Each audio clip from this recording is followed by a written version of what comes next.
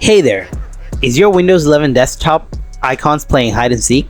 No worries, I've got you covered. Let's dive right in and get those icons back where they belong. Solution 1. Manually add icons to the desktop. Begin by right-clicking on Desktop, click on Personalize from the menu that pops up. Next, hit up Themes. After that, click on Desktop Icon Settings. A window will pop up. From there, you can choose which icons to add. For instance, if you want the This PC icon, tick the box next to Computer. Then click Apply and then OK. Finally, close Settings and return to the desktop.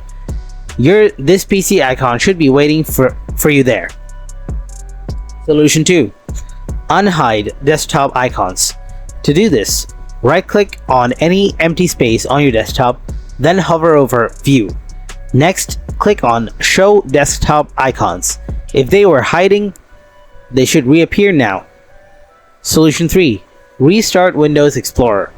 For this one, right-click on the taskbar and select Task Manager from the menu.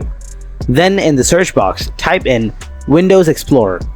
Next, right-click on the Windows Explorer process and choose Restart from the menu. Once it's back up and running, your desktop icons should be back in action. And that's a wrap, folks.